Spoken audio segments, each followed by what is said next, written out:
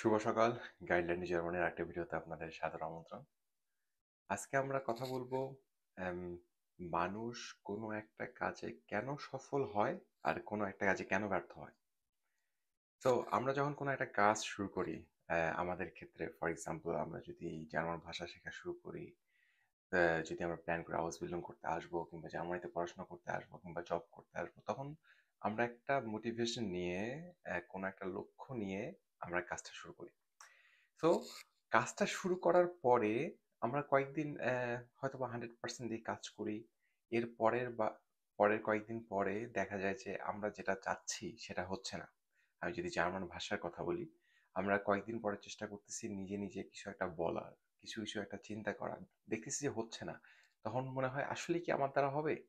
তো তখন একটা সন্দেহ আমাদের মনে আসা শুরু করে যে হবে কি হবে না, কেন হচ্ছে না, কেন আমি পারতেছি না। তো এই যে পয়েন্টটা, যেই পয়েন্টটাতে আপনার মনে হচ্ছে যে আমার দ্বারা হচ্ছে না, আমি এখন গিভ আপ করবো, আমি এখন ছেড়ে দেব, এই পয়েন্টটাই হচ্ছে সবচাইতে ভাইটাল পয়েন্ট আরো শক্তি নিয়ে, আরো উৎসাহ নিয়ে সামনে এগিয়ে যাওয়ার। কারণ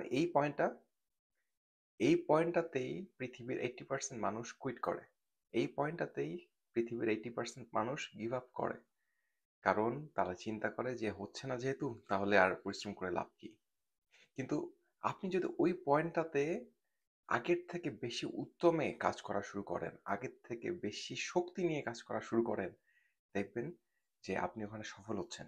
এটা শুধুমাত্র আমি বলছি সেই জন্য না, কিংবা এই নেভার গিভ আপ যেটা শোনেন, কিংবা সবখানে দেখেন যে গিভ আপ করা যাবে না, এই জন্য না। এটা হচ্ছে পৃথিবীর ইতিহাসে যারা যারা এই কাজটা করেনি, না গিভ আপ করেনি এবং কাজ করে গেছে, সেটার জন্য তারা সবাই সফল হয়েছে। তো আপনি যদি এডিসনের কথা চিন্তা করেন, সে তার হচ্ছে অনেকগুলো ইনভেনশন, না, সে যদি কুইট করতো তার কিন্তু এত ইনভেনশন হইতো না।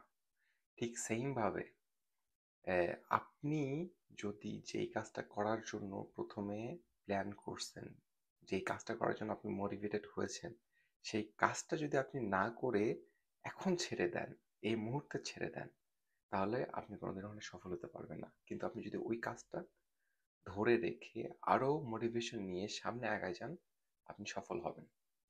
এটা পৃথিবীর ইতিহাস বলে। সো আপনি যেখানেই যেতে চান না কেন, যেই লক্ষ্যে পৌঁছাতে চান না কেন, কাজ করতে থাকুন, ধৈর্য রাখুন, আপনি সফল হবেন।